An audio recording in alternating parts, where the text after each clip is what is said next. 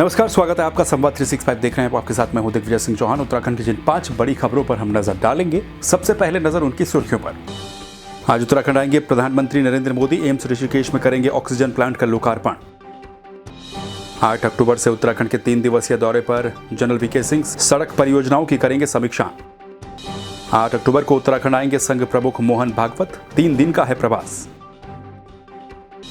हल्द्वानी में 9वीं की छात्रा का शव बरामद। पुलिस ने 2 आरोपियों को हिरासत में लिया। उत्तराखंड में मानसूनी बारिश पर लगा ब्रेक। अगले 2-3 दिन में मानसून की विदाई।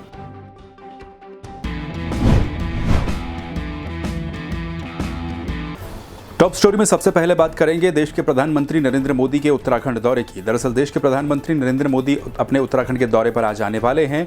वो आकर के ऋषिकेश एम्स में ऑक्सीजन प्लांट का लोकार्पण करेंगे। इसी के साथ ही प्रधानमंत्री नरेंद्र मोदी ऋषिकेश एम्स से ही देश भर के अलग अलग मेडिकल कॉलेजों और अस्पतालों में स्थापित हुए 35 ऑक्सीजन प्लांट का लोकार्पण भी वर्चुअली माध्यम से करेंगे। यानी कि ऋषिकेश एम्स में स्थापित ऑक्सीजन प्लांट का तो वो लोकार्पण करेंगे ही करेंगे, लेकिन इसके अलावा देश भर में 35 अन्य ऑक्सीजन प्लांट्स का भी लोकार्पण यहां से वर्चुअली माध्यम से किया जाएगा। प्रधानमंत्री नरेंद्र मोदी के इस दौरे को लेकर पुलिस प्रशासन और बीजेपी का संगठन पूरी तरह से चौकन्ना है। इससे पहले उत्तराखंड के मुख्यमंत्री पुष्कर सिंह धामी ने भी कार्यक्रम स्थल पर जाकर के निरीक्षण किया था। किस तरह की वहां पर व्यवस्थाएं हैं, तमाम व्यवस्थाओं को ठीक करने का निर्देश मुख्यमंत्री ने वहां पर दिया था।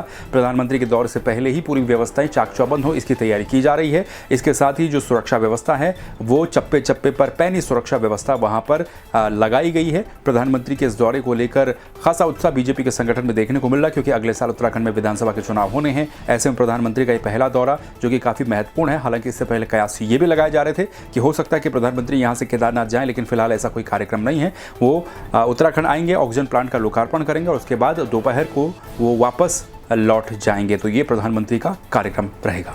चलिए बात कर लेते हैं केंद्रीय सड़क परिवहन राज्य मंत्री जनरल वीके सिंह की। दरअसल जनरल वीके सिंह उत्तराखंड के 3 दिवसीय दौरे पर आने वाले हैं।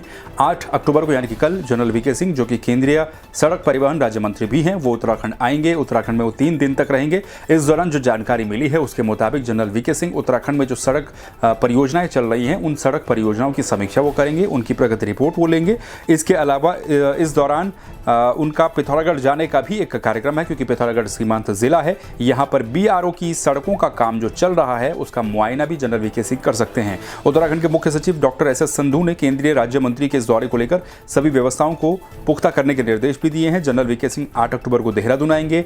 भ्रमण कार्यक्रम के बाद वो देहरादून में केंद्रीय मंत्रालय की 4 धाम ऑल वेदर सड़क परियोजना और भारतमाला परियोजना के साथ ही सेतु भारतम परियोजना की भी प्रगति जानेंगे और इसमें आवश्यक दिशा निर्देश भी केंद्रीय सड़क परिवहन राज्य मंत्री के द्वारा दिए जा सकते हैं। 4 धाम की 645 किलोमीटर की सड़कों पर उत्तराखंड में इस वक्त काम चल रहा है। करीब 12,000 करोड़ की लागत से 889 किलोमीटर लंबी ऑल वेदर परियोजना का काम चल रहा है। इसकी प्रगति रिपोर्ट जनरल वीके सिंह लेंगे और अन्य निर्देश भी देंगे।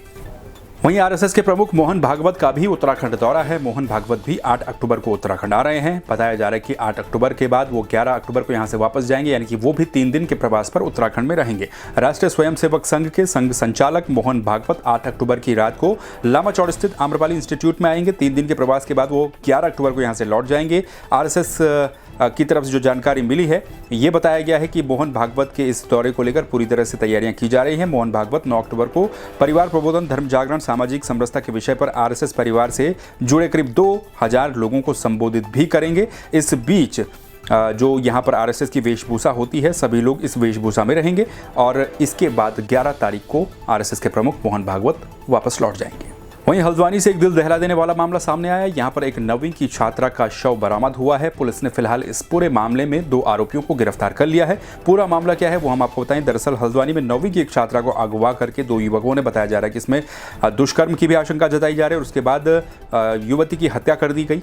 छात्रा 7 दिन से लापता चल रही थी और 7 दिन से लापता होने के बाद ट्रंचिंग ग्राउंड के पास से ही उसका शव बरामद किया गया है। साक्ष्य को छिपाने के लिए शव को ढकने की कोशिश की गई थी। उस पर चटाई और गद्दे डाले जा रहे थे, जो बताया गया है। और पुलिस ने फिलहाल आरोपियों को गिरफ्तार कर लिया है। 2 आरोपी इसमें संलिप्त बताए जा रहे हैं। लगातार सीसीटीवी फुटेज को खंगाला जा रहा था, ट्रैक किया जा रहा था आखिर छात्रा कहाँ कहाँ गई है। और उसके बाद आरोपी जो पकड़ा गया है उसने अपना जुर्म कबूला है और फिलहाल शव को बरामद कर लिया गया है। दोनों आरोपियों को हिरासत में ले लिया गया है। चलिए बात कर लेते हैं मानसून के। उत्तराखंड में मानसून की रफ्तार अब धीरे धीरे धीमी पड़ रही है। मानसूनी बारिश में लगातार गिरावट देखने को मिल रही है। पिछले 2-3 दिनों की अगर हम बात करें तो उत्तराखंड में कई जगहों पर नाम मात्र की बारिश हुई है। कुछ जगहों पर बूंदाबांदी जरूर हुई है, लेकिन अगर हम बाकी प्रदेश की बात करें तो लगभग बारिश शून्य देखने को मिली है। मौसम विभाग की अगर माने तो अगले 2 से 3 दिन में उत्तराखंड से मानसून की विदाई हो सकती है। मानसून अपने आखिरी पड़ाव पर है। गढ़वाल और कुमाऊं में कुछ जगहों पर हल्के बादल छाए रहे थे। इसके अलावा कहीं कहीं पर हल्की बूंदाबांदी भी दर्ज की गई। मैदानी क्षेत्रों में मौसम साफ रहा है और अगर ऊंचाई वाले इलाकों में बात करें तो ऊंचाई वाले इलाकों में ठंड का एहसास भी होने लगा है। मौसम विभाग के मुताबिक आमतौर पर अगले कुछ दिनों तक राज्य में मौसम के शुष्क रहने की संभावना है और मानसून की विदाई भी जल्द ही उत्तराखंड से हो जाएगी। ये थी उत्तराखंड की टॉप 5 खबरें। इन खबरों को लेकर आप क्या सोचते हैं, अपनी राय आप कमेंट करके हमें दे सकते हैं। खबरों को देखने के लिए संवाद 365 को सब्सक्राइब कर लीजिए। फिर मिलेंगे नई खबरों के साथ, तब तक के लिए नमस्कार।